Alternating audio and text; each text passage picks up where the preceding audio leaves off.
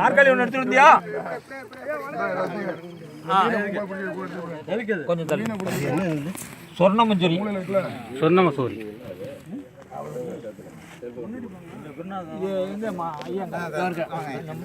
நம்ம ஜெயராமையா இப்படி வந்துடலாம். நடக்க முடியாது. கொஞ்சம் இந்த பக்கம் வந்துடும். வயல பக்கம்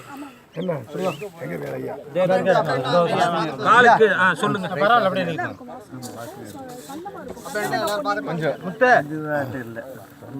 கொஞ்சம் அமைதியா இருங்க, ஐயா பேசுறான். ஐயா வாங்க அப்படியே. ஸ்ரீராம்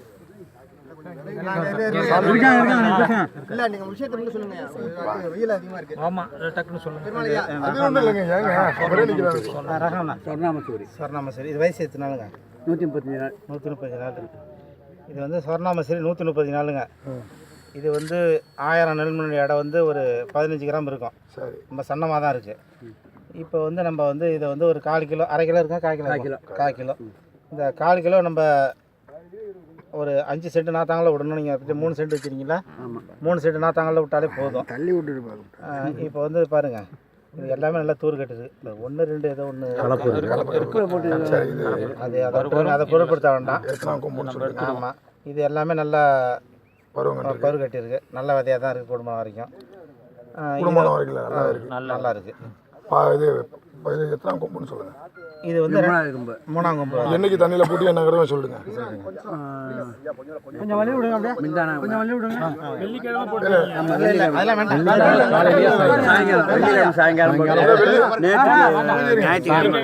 வெள்ளிக்கிழமை சாயந்தரம் 6 மணிக்கு 1/4 கிலோ விதை நெல்ல பையில ஒரு சாக்கில் கட்டி தண்ணியில் போட்டிருக்காங்க. அடுத்தது நேற்றுக்கு 12 மணிக்கு கரை ஏற்றிருக்கோம். 10 மணிக்கு. மறுநாள் மதியம் 10 மணிக்கு. காலையில் 10 மணிக்கு. 10 மணிக்கு. அப்போ வந்து காலையில் முத நாள் மாலை 6 மணிக்கு போட்டோம்னா மறுநாள் காலையில் 6 மணியில் எடுக்கலாம். ஐயா கொஞ்சம் வந்து ஒரு 2 மணி நேரம் 3 நேரம் கூட எடுத்துருக்காங்க. அது சரி. அதுக்கு பிறகு அப்புறம் மூட்டை மூட்டியா மறுபடியும் எப்போ தண்ணி ஊற்றுனீங்க? மூட்டை மூடுதுன்னு சாயங்காலம் நைட்டு லேசாக தெளிச்சு விட்டோம் சாக்கு மேலே. அதை இப்போ கரையேற்றி வெளியில் வச்சு சாக்கை போட்டு மூடி வச்சுக்கிறது. ஈர சாக்கை போட்டு மூடி வைக்கிறது. அதுக்கப்புறம் நைட்டே லேசாக தண்ணி தெளிக்கிறோம். சொல்லுங்க. இப்போ இது வந்து நம்ம வந்து ஒரு 3 சென்ட் நாத்தாங்கல்ல பரவாயில்ல தெளிக்கிறோம். அது முடிச்சிட்டீங்க. அதுக்கு பிறகு மறுபடியும் எப்போ எடுத்து இன்னைக்கு அது இன்னைக்கு சாயந்தரம் விதை விடுறோம். இப்போ நான் சொல்லிடுறேன். சரி. இப்போ அவங்க ஐயா என்ன சொல்கிறாங்கன்னா, முத நாள் மாலை 6 மணிக்கு தண்ணியில் போடுறோம். மறுநாள் சரி வெள்ளிக்கிழமை காலையில் வெள்ளிக்கிழமை மாலை 6 மணிக்கு தண்ணியில் போடுறாங்க. சனிக்கிழமை காலையில் 10 மணிக்கு கரையேற்றுறாங்க. சனிக்கிழமை மாலையில் இதுக்கு இடையில மூட்டம் போட்டு வச்சுருக்காங்க. 20 சாக்கை போட்டு மூட்டம் போட்டு வச்சுருக்காங்க, மூடி வச்சுருக்காங்க. இரவு வந்து தண்ணி ஊற்றுறீங்களா? இரவு லேசாக தண்ணியை வந்து அதில் மேலே தெளிச்சு விட்டுருக்குறாங்க. இன்னைக்கு வந்து ஞாயிற்றுக்கிழமை இன்னைக்கு வந்து விதைக்கிறோம். இதானே? பொதுவாக என்ன டெல்டா மாவட்டம் பூராமே 2 விஷயம் இருக்குது இந்த விதைப்பில். ஒன்று வந்து 2ஆம் கொம்பு, இது 3ஆம் கொம்பு அப்படின்னு சொல்கிறது. 3ஆம் கொம்புன்னு சொன்னோம்னா முத நாள் ஒரு நாள் வெள்ளிக்கிழமைனா காலைல 6 மணிக்கு போடணும். மறுநாள் காலையில் அதை கரையேற்றணும். அதுக்கு அடுத்த மறுநாள் வெள்ளிக்கிழமை இரவு மாலை 6 மணிக்கு போட்டு சனிக்கிழமை காலையில் கரையேற்றிட்டு அது தண்ணியை வடிய வச்சுட்டு சாக்கை போட்டு மூடி வச்சுட்டு மறுநாள் ஞாயிற்றுக்கிழமை 6 மணிக்கு அதில் தண்ணி கொஞ்சம் ஊற்றுறது. அன்றைக்கி சாயந்தரம் இன்றைக்கி ஞாயிற்றுக்கிழமை மாலை 4 மணிக்கு விதைக்கப்படுது. இது வந்து 3ஆம் கொம்பு. எல்லா நெல்லுமே அந்த முளைக்கக்கூடிய தரமாக இருந்துச்சுன்னா எல்லாமே வெளியில் வந்துடும். சில நெல் பார்த்தீங்கன்னா நம்ம நெல்லை இந்த பஞ்சகவியாவோ சூடாமோதோ இந்த மாதிரி விதை நிறுத்தி பண்ணிங்கன்னா ரொம்ப வேகமாக வெளியில் வந்து இடியப்போ மாதிரி அப்படியே சீட்டு நிறையா வந்துடும். அப்போ செய்யக்கூடாது. அது செய்யலாம். அது என்ன பிரச்சனைனா அது அப்படி வந்துச்சுன்னா அள்ளி போடும்போது கொத்து கொத்தா போய் விழுந்துடும். அதுக்காக அதை வந்து செய்கிறதில்ல. ஆனால் பெரும்பாலும் இந்த மாதிரி பஞ்சக வேலைன்னு இப்போ நம்ம லைட்டாக மெதுவாக பண்ணோம்னா கரெக்டாக 3ஆம் போய் லைட்டாக பருவம் வந்து நிற்கும். அந்த நான் சொன்ன அளவில் பண்ணால் இந்த முதல் நாள் சனிக்கிழமை 6 மணி, மறுநாள் காலையில் 6 மணிக்கு கரையேற்றுறது, மறுநாள் காலையில் 6 மணிக்கு தண்ணி ஊற்றுறது, அன்றைக்கி ஞாயிற்றுக்கிழமை சாயந்தரம் 4 மணிக்கு தெரிக்கும் போது அந்த இது சரியான அளவில் இருக்கும். நீங்கள் கொஞ்சம் கூடவோ குறைச்சோ பண்ணும்போது கொஞ்சம் வித்தியாசம் வரும். அதான் விஷயம். இதை பொறுத்தளவுக்கு 2ஆம் கொம்புன்னு அளவுன்னு சொன்னால் இன்றைக்கி காலையில் 6 மணிக்கு எடுத்து தண்ணியில் போட்டுடணும். சாயந்தரம் 6 மணிக்கு கரையேற்றணும். இன்றைக்கி என்ன நேற்று சனிக்கிழமை வச்சுக்கலாம், நேற்று சனிக்கிழமை காலைல 6 மணிக்கு தண்ணியில் போட்டாச்சு, சனிக்கிழமை மாலை 6 மணிக்கு கரையேற்றியாச்சு. இன்றைக்கி ஞாயிற்றுக்கிழமை காலையில் கரையேற்றி அது கொஞ்சம் தண்ணி ஊற்றிட்டு சாயந்தரம் 5-6 மணிக்குள்ளே தெளிச்சிடலாம். அப்போ அந்த மாதிரி தெளிக்கும் போது இந்த மாதிரி 2ஆம் கொம்பு வரும். ஏன் 2ஆம் கொம்பு 3ஆம் கொம்புன்னு ஏன் வித்தியாசம் வச்சுருக்காங்கன்னா, எல்லாம் நல்லா முளைக்கணும் அப்படிங்கிறதுக்காகவே 3ஆம் கொம்பு தெளிக்கிறாங்க. சில நெல் முளைப்பு வராமல் இருக்கிறதுக்கு 3ஆம் கொம்பு பழுது இல்லாமல் பறந்துக்கிறது செய்யுது. 2ஆம் கொம்பே போதுமானது. இதில் வந்து 2ஆம் கொம்பே வயலில் போடும்போது ரொம்ப வேகமாக வளரும், ஒன்றும் பிரச்சனை இருக்காது. தண்ணி வைக்கிறப்ப ஒரு பிரச்சனை வரும் முன்ன பின்ன, அதுக்காக வேண்டி தான் எல்லாருமே இப்போ 2ஆம் கொம்பு பண்ணுறாங்க. 3ஆம் கொம்பு செய்யலாம், ஒன்றும் பிரச்சனை இல்லை. இப்போ இது 2ஆம் கொம்பு விதை ரெடி ஆகிடுச்சு. இப்போ பெருமாள் ஐயா துவக்கி ஐயாவெல்லாம் முகூர்த்தம் பண்ணி காமிப்பாங்க. அது எவ்வளோ அளவில் விட போகிறோம், நமக்கு தேவை என்ன சொல்கிறாங்க ஐயா, 3 செண்டு 3 செண்டுக்கு 9 குழி. ஏற்கனவே நம்ம வந்து 30 கிலோவில் 30 சென்டில் 8 சென்ட் 30 சென்ட் 10 சென்ட் 30 குழியில் நம்ம விட்டுக்கிட்டு இருந்தோம். அதுக்கு முன்னாடி 50 கிலோ 50 குழியில் அப்போ விட்டுக்கிட்டு இருந்தோம். இப்போ குறைச்சி வந்து இப்போ வந்து 3 சென்ட். இது ஏன் இவ்வளோ கொஞ்சோண்டு நெல்லுக்கு இவ்வளோ நாற்று விடுறங்கிற விஷயம் வந்து, இந்த நெல்லை வந்து பரவலாக தெளிக்கணும். அந்த பரவலாக தெளிக்கிற நாற்று வந்து ஒன்று தனித்தனியாக விழணும். அந்த முளைச்சி வர நாற்று ஒவ்வொன்றும் இஞ்சி கொத்து மஞ்சள் கொத்து மாதிரி பக்க கிளையோடு வெடிச்சிட்டு வரணும். அந்த 14 நாள் 18 நாளில் பறிக்கும்போது பக்க கிளை 2 பக்கம் 3 தூர்வோடு வரணும். அப்படிங்கிறதுக்காக தான் இந்த திட்டத்தை ஐயா அறிமுகப்படுத்திருக்காரு. சதனையா சரி, இப்போ வந்து தெளிக்க ஆரம்பிங்க. மற்ற விஷயத்தை அப்படியே பேசிட்டே போகிறாங்க. இதில் ஏதாச்சும் இப்போ இதை தெளிக்கிறதுக்கு முன்னாடி எதுவும் யாரும் சந்தேகங்கள் இருக்கா? சரிங்க. இப்போ அது 1/4 கிலோ இதில் பஞ்சகவியா விதையை நிறுத்தி பண்ணணும். இந்த இதை வந்து ஒன்று துணி பையில் முடிஞ்சு போட்டு வைங்க, இல்லைன்னா சாக்கில் முடிச்சு போட்டு வைக்கலாம். இது வந்து கிட்டத்தட்ட இந்த மாதிரி ஏனத்துலேயே நீங்கள் பயன்படுத்தலாம். இது வந்து ஒரு 10 லிட்டர் தண்ணி பிடிக்குதுன்னு வச்சுக்கலாம். இந்த 10 லிட்டர் தண்ணிக்கு ஒரு 3 மில்லி 4 மில்லி பஞ்சகவியா ஊற்றினா போதும். ஒரு மூடி 3 மில்லி, அதிகபட்சம் 5 மில்லி அதிகம். இதை கவனமாக கெடுத்துங்க. நிறையா பஞ்சகவியா வளர்ந்தீங்கன்னா கம்மியாக இருக்கும். பஞ்சகவியோட அதை விட இந்த மூடி அளவு சொல்கிறோம்ல, இப்போ நீங்களாம் வைத்தியத்துக்கு போயிருப்பீங்க. இந்த பாட்டில் தண்ணி குடிக்கிறீங்களா, பாட்டில் அதால ஒரு முடிவு ஊற்றினா போதும்.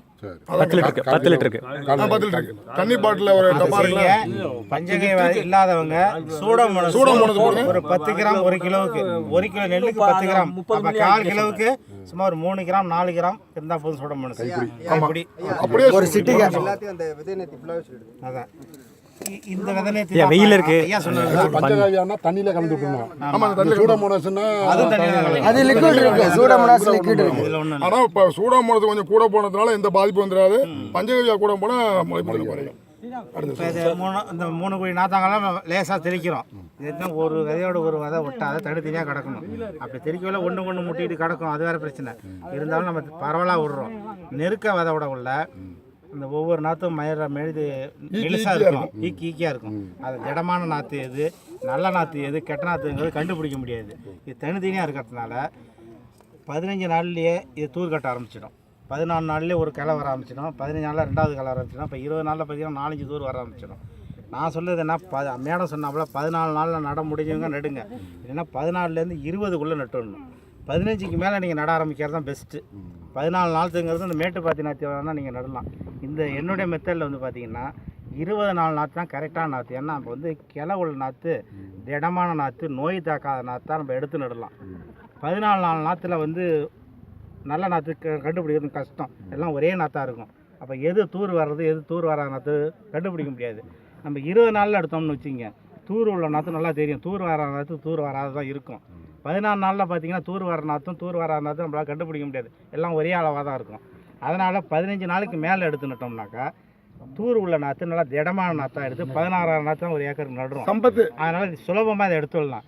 இந்த வயலில் நாற்றாங்கெல்லாம் கூடுமான வரைக்கும் களை இல்லாத அப்படியே 1-2 களை முளைச்சா கூட நம்ம அதை பற்றி களை கொல்லியெல்லாம் போட வேண்டாம், யாரும் அதுக்காக பயப்பட வேண்டாம். நம்ம 20 நாளில் நாற்று எடுக்கல, களைப்பட்ட பக்கத்தில் இருந்தால் எடுத்துகிட்டு போட்டோம். நம்ம நல்ல நாற்றா 16,000 நாற்று தான் எடுக்க போகிறோம். ஒரே ஒரு பொம்பளை ஆள் 16 நாற்று அரை நாற்று பிரித்து கொடுத்துரும். தெரிஞ்சுங்களா? அந்த களையை நீக்கிவிட்டு களைக்கு இந்தாண்ட இடுக்கில் இருக்கிற நல்ல நாற்றா மட்டும் நம்ம 16 நாற்று தான் எடுக்க போகிறோம். அதனால அது தண்ணி பாம்பு ஒன்றும் பயப்படாதீங்க, மிரிக்காதீங்க. அப்படியே யாரும் துள்ளாதீங்க, மிரிக்காதீங்க. ஆனால் ஓடிப்படாது, அது ஓடி மிரிச்சாதான் கடிக்கும், மிரிக்காதீங்க. அதை விட புல்லு போட்டாலே பாம்பு அதெல்லாம் ஒன்றும் முடியாது, அப்படியே அழகாக எடுக்கலாம், சுலபமாக எடுக்கலாம். இப்போ வந்து நம்ம நெருக்கி நட்ட நாற்றை தான் இப்படி பிரிக்கவுள்ள தான் வரும்.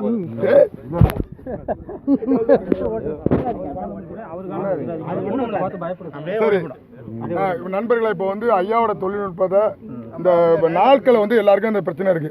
14 24 25 20 நாளா ஒரு பிரச்சனை இருக்கு. அது ஒரு சொல்லி முடிச்சோம். அந்தந்த பகுதிக்கு ஏற்ப சூழ்நிலைக்கு ஏற்ப பாத்துங்க. அதுக்கு உதாரணமா சம்பத்து என்ன செஞ்சாருன்னு ஒரு 3 நிமிஷத்துல சொல்லி முடியுங்க. வெயில் கடுமையா இருக்கு. சம்பத்து 3 விளைய விட்டலாம் சொல்லிடுங்க. 2 விட்டதுக்கு அப்புறம் பேசிக்கலாம். சொல்ல முடியல. இத ஒட்டி ஆமா நீங்க என்ன செஞ்சீங்க? ஒரு 3 நிமிஷத்துல விதை விடுற மட்டும் எத்தனை நாள் பறிச்சீங்கன்னு சொல்லுங்க. பறிக்கிற விஷயம் தான் கேட்குறேன். கரெக்டாக 14ஆவது நாள் பறித்தோம். சரி, 14 பறித்து ஒரு 15 நிமிஷத்தில் நட்டுட்டோம். பறிக்கிறதெல்லாம் சிரமமாக இருக்குன்னாங்க. ரொம்ப இலகுவாக வந்தது, ஒரு பிரச்சனையும் இல்லை. அது நடுறது வந்து நாங்கள் வந்து கீழே தான் நிற்கிது. அங்கே ஐயா காலில் தான் நிற்கிது.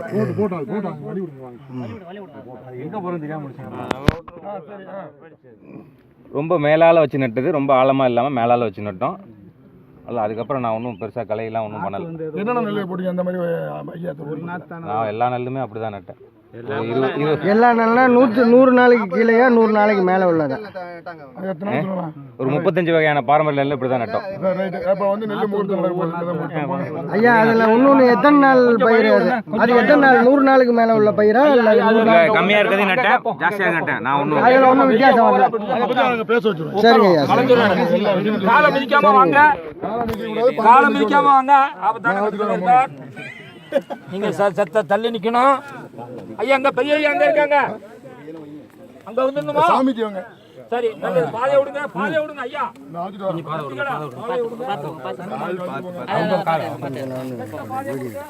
அவரு காலு இல்லைண்ணா, அவரை போய் மிதிக்க போல.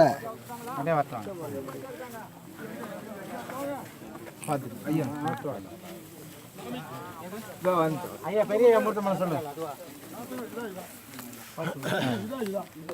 அப்பனா அந்த மூலையில போணும். தனிமலை போங்க. பின்னாடி வரவங்கள பார்த்து அடிச்சுட்டு வாங்க. நீங்க அதுக்கு வரனா விட்டு வந்துட்டீங்க. சம்பத்து இல்ல சேர்ந்து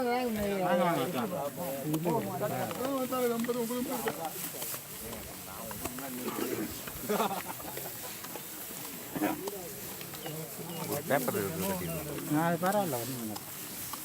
ஒரு டெமோ ஒன்று பண்ணி காட்டுறாங்க. இருக்கு பிளான் சொல்லு சுமார் நான் சரியா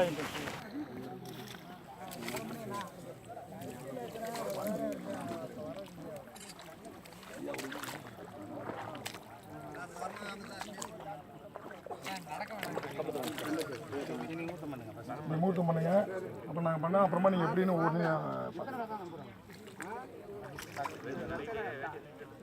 டவர் கிடைக்கல.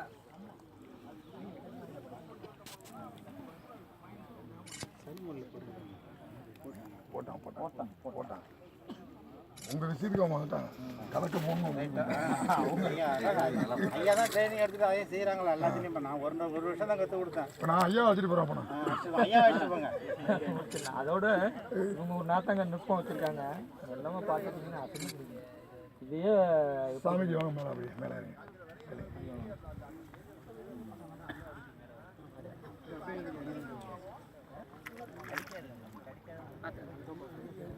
பாருங்க, பெருமாளையா தெளிக்கிறார் பாருங்க. அப்படி தாங்க தெளிக்கணும். ஐயா நீங்கள் தெளிப்பாங்க. சும்மா எப்படி இந்த பக்கம் அப்படி ஆமாம். எப்படி தான் விதை பரவலாக விடணும். நீ எப்படி தெளிச்சாலும் பரவாயில்ல. அடிக்கிறத விட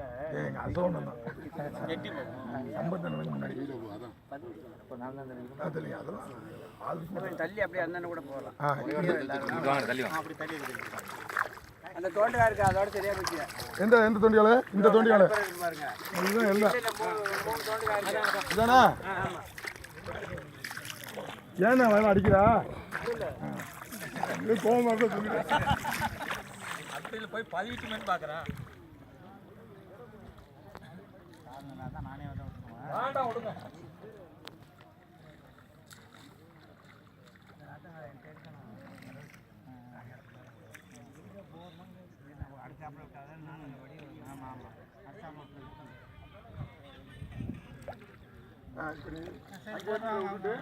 இப்படி ரவுண்டு கட்டி வந்துடுவாங்க.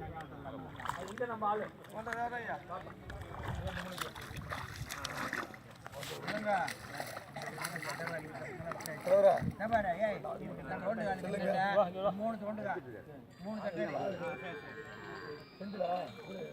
சீரம்